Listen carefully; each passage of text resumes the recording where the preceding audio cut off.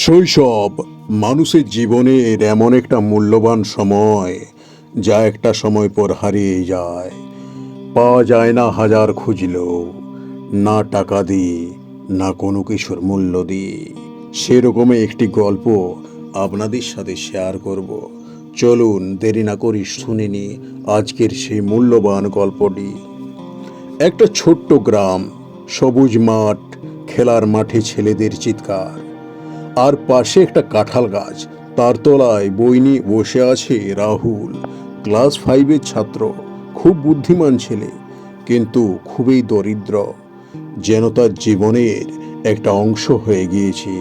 বাবা চাষবাস করেন, মা বাড়ির কাজের ফাঁকে অন্যদের বাড়িতে কাজ করেন, তবুও সংসার চলে খুবই কষ্টে।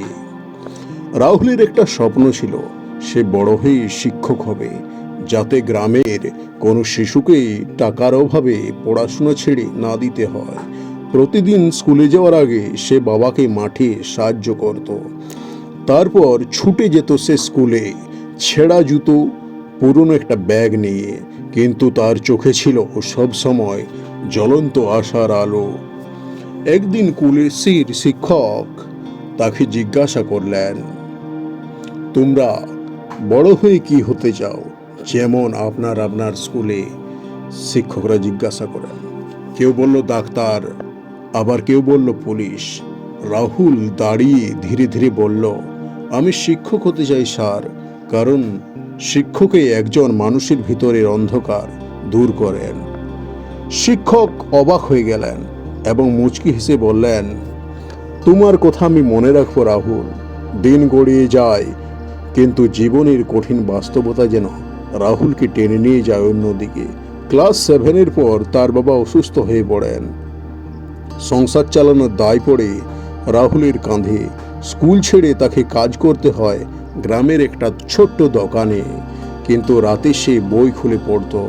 অন্ধকারে কেরোসিনের ল্যাম্প জ্বেলে সে পড়াশুনো করত পুরো রাত। তার মা মাঝে মাঝে বলতেন, এই ছেলে, তোর চোখ নষ্ট হয়ে যাবে, একটু ঘুমিয়ে নে। রাহুল হাসত, মা, এখন ঘুমালে ভবিষ্যৎ জেগে উঠতে পারবো না। কথাটা যেন তার জীবনের মূল মন্ত্র হয়ে গেল। একটা দুটো করে কয়েকটা বছর কেটে গেল। রাহুলের পরিশ্রম আর অধ্যাবসায় দিয়ে মাধ্যমিক পাশ করে। তারপর সে ভর্তি হয় স্কুলে, এবং স্কুলে আবার উচ্চ মাধ্যমিক পাশ করে সে ভর্তি হয় কলেজে, এবং নিজের টিউশনির টাকা দিয়ে সে পড়াশোনা চালিয়ে যায়।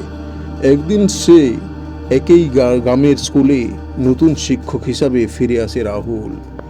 এই যে ক্লাসরুমে সে একসময় ছাত্র ছিল, আজ সেখানে দাঁড়িয়ে সে একজন শিক্ষক। ছোট্ট ছোট চোখগুলো যেন তাকিয়ে থাকে, যেমন সে এক সময় তাকিয়ে থাকত শিক্ষকের দিকে, সেরকম। রাহুল প্রতিদিন পড়ানোর পাশাপাশি শিশুদের একটা কথা বলতো, শৈশব মানে শুধু খেলা নয়, শৈশব মানে শেখা, বড় হয়ে স্বপ্ন দেখা, নিজের উপর বিশ্বাস রাখা। তার প্রচেষ্টায় গ্রামের অনেক দরিদ্র শিশু আজ পড়াশোনা করছে বিনামূল্যে, কেউ কেউ আবার শিক্ষক হতে যায়। এর থেকে কি শিখতে পারি? নৈতিক শিক্ষাটা কি? জীবনের সবচেয়ে বড় সম্পদ হলো শৈশবের শিক্ষা ও স্বপ্ন। যতই কঠিন পরিস্থিতি আসুক, যদি মনোবল থাকে, তবে একদিন সেই শৈশব আমাদের পথ প্রদর্শক হয়। ধন্যবাদ বন্ধুরা, ভিডিওটি কেমন লাগলো অবশ্যই কমেন্ট করে জানাবেন। ভিডিওটি ভালো লাগলে লাইক, কমেন্ট, শেয়ার এবং সাবস্ক্রাইব করবেন। ধন্যবাদ, দেখা হচ্ছে পরবর্তী ভিডিওতে।